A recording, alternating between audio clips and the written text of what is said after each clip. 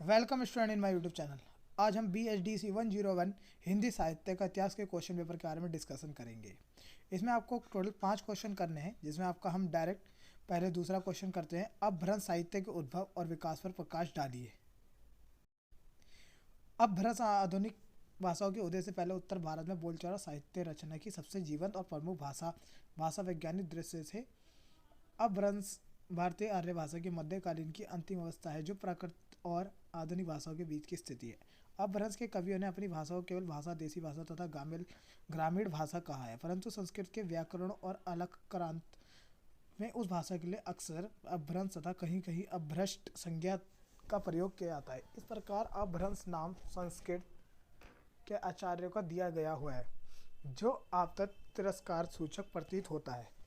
महाभाष्यकार पतंजलि ने जिस प्रकार अपभ्रंश शब्द का प्रयोग किया, इससे पता चलता है कि संस्कृत या साधु शब्द के लोक प्रचलित विविध रूप में अपभ्रंश या अपशब्द कहलाते थे। स्पष्ट लिखा है कि शास्त्र अर्थात व्याकरण शास्त्र में संस्कृत में इतर शब्दों का अपभ्रंश कहा जाता है। इस प्रकार पाली प्राकृतिक अपभ्रंश सभी के शब्द अपभ्रंश संख्या के अंतर्गत आ जाते हैं। फिर भी पाली प्राकृतिक को अपभ्रंश नाम नहीं दिया गया। पतंजलि आदि विद्वानों ने प्राकृतिक और अपभ्रंश नामों का प्रयोग समान अर्थ में किया, परंतु भरत भूमिनी का नाट्य शास्त्र प्रथम ऐसी रचना है जिसमें अपभ्रंश का वास्तविक संदर्भ मिलता है। वहाँ वीरों की बोली को, जिसमें ऊ का प्रयोग बहुत अयत्न में मिलता है, अपभ्रंश कहा गया है। दंडी ने इस बात को स्पष्ट करते हुए आगे कहा है कि काव्य में आभिर आदि बोलियों को अपभ्रंश नाम से स्मरण किया जाता है। इसे निष्कर्ष निकाला जाता है कि अपभ्रंश नाम उसी भाषा के लिए रूढ़ हुआ है जिसके साथ संस्कृतर थे और साथ ही जिसका व्याकरण में मुख्यतः आभिर आदि लोक बोलियों पर आधारित था। इसी अर्थ में अपभ्रंश पाली प्राकृतिक आदि से विशेष भिन्न थी। प्रश्न संख्या 3, आदिकालीन धर्म संबंधी साहित्य का परिचय दीजिए। हिंदी साहित्य के आदिकालीन में रचित सिद्ध, नाथ और जैन साहित्य को धार्मिक साहित्य के अंतर्गत रखा गया है। इस साहित्य का विकास जिन परिस्थितियों में हुआ, वह परिस्थितियां भारतीय जीव समाज में रूढ़िवादी विचार परंपरा के विरुद्ध लोक जीवन के विद्रोह को स्पष्ट करती है तथा नए विचारों का समर्थन करती है। साहित्य में जैन भाषा की प्रतिष्ठा के लिए भी साहित्यकारों ने व्यापक संघर्ष किया। सिद्ध, नाथ और जैन सादा घोषित रूप में रचना कर नहीं थे, वह तो सामाजिक विषमता के खिलाफ आवाज उठा रहे थे। इसी प्रकार को वह अपने अनुभव में व्यक्त कर रहे थे और यही अनुभव उनका साहित्य बन गया, जिसका प्रभाव आगे आने वाले साहित्यकारों पर पड़ा। आदिकालीन साहित्य का एक बड़ा भाग धर्म आश्रित साहित्य है, जिसे आचार्य रामचंद्र शुक्ल ने सांप्रदायिक साहित्य कहकर साहित्य के क्षेत्र में स्थान नहीं दिया, परंतु इस साहित्य के महत्व को सामाजिक एवं साहित्यिक दृष्टिकोण से ठुकराया नहीं जा सकता। यह साहित्य उस युग का सामाजिक तथा सांस्कृतिक परिस्थिति के साथ साथ धार्मिक विश्वासों को वर्णन करता है। इस साहित्य का संक्षिप्त परिचय इस प्रकार है। सिद्ध साहित्य, महात्मा बुद्ध ने जिस बौद्ध धर्म की स्थापना की थी, उसने उनके काल की अत्यधिक उन्नति की। उनके बाद यह धर्म दो भाग में बढ़ गया, महायान और हीनयान। उत्तरी भारत में वैष्णव धर्म व भक्ति के प्रचार प्रसार से बौद्ध धर्म को अत्यधिक हानि हुई। अंततः बौद्ध धर्म की महायान शाखा पुनः दो भागों में विभाजित हो गई, व्रजयान तथा सहजयान। सिद्धों को व्रजयान संप्रदाय से अधिक माना जाता है। यह बहुत सिद्ध जादू टोना तंत्र मंत्र के द्वारा सिद्धि प्राप्त करना चाहते थे, इसलिए इन्हें सिद्ध कहा गया तथा श्री पर्वत इन शब्दों का मुख्य केंद्र था। दूसरा, नाथ साहित्य। एक बार पढ़ लेना पूरा नाथ साहित्य के बारे में।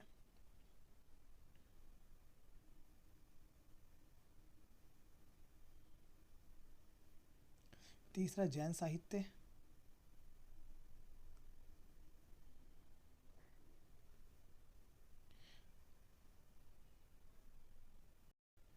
अब प्रश्न नंबर 4, सगुण भक्ति काव्य के दार्शनिक आधार पर प्रकाश डालिए। सगुण भक्ति काव्य धारा की विशेषताएं। हिंदी साहित्य के भक्ति काल में भक्ति की दो धाराएं प्रवाहित हुई, निर्गुण तथा सगुण। निर्गुण संतों में भक्ति की अपेक्षा ज्ञान की प्रधानता, जबकि सूफी कवियों में प्रेम का अत्यधिक महत्व है, पर दोनों के यहाँ ईश्वर निर्गुण है। मध्यकालीन सगुण संप्रदाय वैष्णव धर्म से पोषण करता है। इस संप्रदाय की दोनों शाखाएं राम भक्ति धारा, कृष्ण भक्ति धारा में ईश्वर सगुण है। इन्होंने ज्ञान, कर्म और भक्ति में से कोई ही अपने उपजय के रूप में ग्रहण किया। हिंदी के वैष्णव कवियों ने ज्ञान की अवहेलना तो नहीं की, पर उसे भक्ति जैसा समर्थ भी नहीं बताया। ज्ञान तारक तो वह है जो कष्ट साध्य और कृपाण की धार के समान है। इन भक्ति कवियों से पूर्व सिद्ध अपनी सुख साध्य ग्रह साधना पद्धतियों से जन्म सामान्य को पूरी तरह से विस्मृत कर चुके थे। नाथपंथी अपनी योग प्रणाली द्वारा लोक को चमत्कृत करने में अपने आप को कृतकार्य मान रहे थे और इधर निर्गुण संतों की वाणी धर्म कांड का घोर तिरस्करण करती हुई परंपरा के प्रति अनास्था का जन्म दे रही थी। इन सगुण भक्ति कवियों में एक नवीन भाव क्रांति को जन्म दिया। रामानंद वल्लभ और चैतन्य आदि इस भाव क्रांति के नेता बने।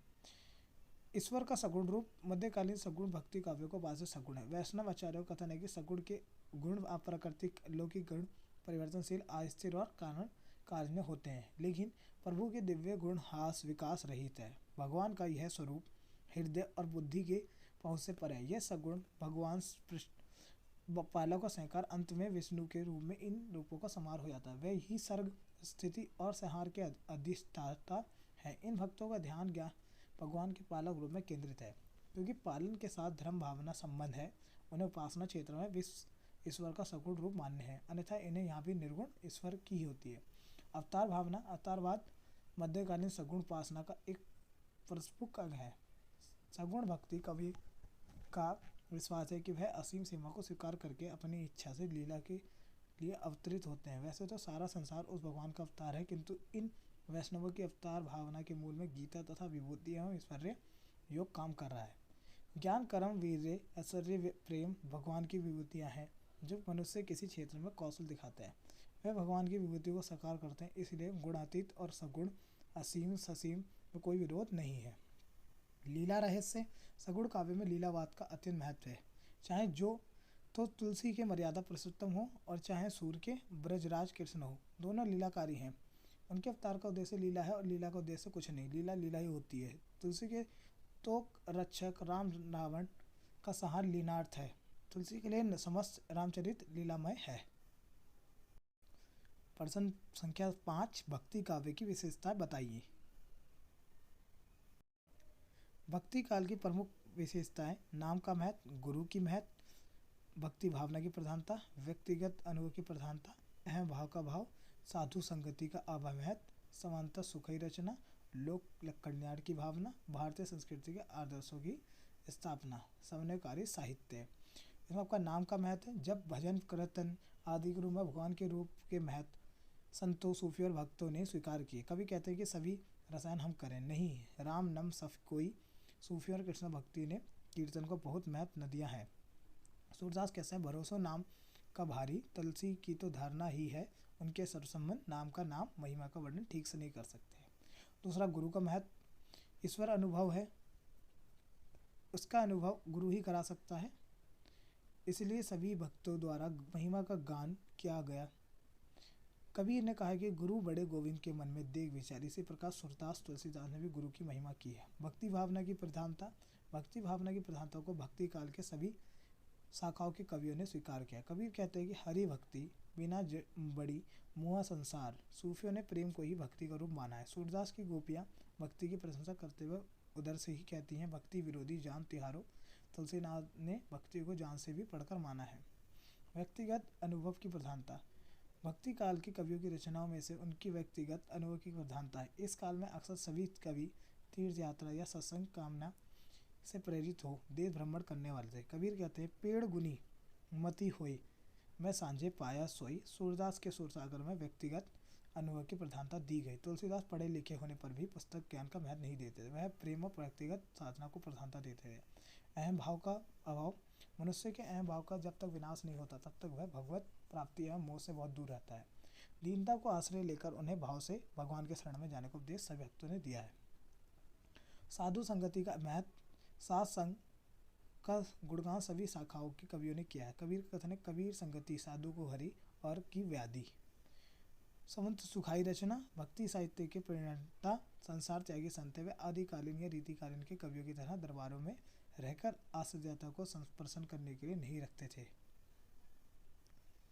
लोक कल्याण की भावना, भक्ति काल का साहित्य लोक मंगल के महान आदर्श द्वारा अनुप्राणित है। इसमें सत्य, उल्लास, आनंद और युग निर्माण कारिणी प्रेरणा है। भारतीय जनता उस युग में इस साहित्य से प्रेरणा और शक्ति पाती रही है। वर्तमान में भी उसे तृप्ति मिल रही है और भविष्य में भी यह इसका संबल बना रहेगा। तुलसीदास ने लोक कल्याण को ही साहित्य का मूल उद्देश्य माना है। भारतीय संस्कृति के आदर्शों की स्थापना, इस काल के सभी कवियों में भारतीय संस्कृति और उसके आदर्शों की प्रति गहरी आस्था है। भारतीय धर्म, दर्शन, संस्कृति और सभ्यता, आचार विचार भक्ति के सुंदर कलेवर में सुरक्षित है। समन्वयकारी साहित्य भक्ति साहित्य सांप्रदायिक संकीर्णता से ऊपर उठा हुआ महासाहित्य है, जिसमें समन्वय की महान चेष्टा दिखाई पड़ती। इस साहित्य में ऐसी भावनाओं का समावेश है जिनका इस्लाम धर्म से कोई विरोध नहीं है। रामचरितमानस में समन्वय का यह स्वरूप अत्यंत भव्य रूप में दिखाई देता है। तुलसीदास जी ने ज्ञान भक्ति और कर्म का समन्वय करके तीर्थराज प्रयाग का निर्माण किया है। वे सबको सीता रामयम मानकर प्रणाम करते हैं। लास्ट पर्सन 6, निर्गुण संत काव्य के भाव पक्ष पर प्रकाश डालिए।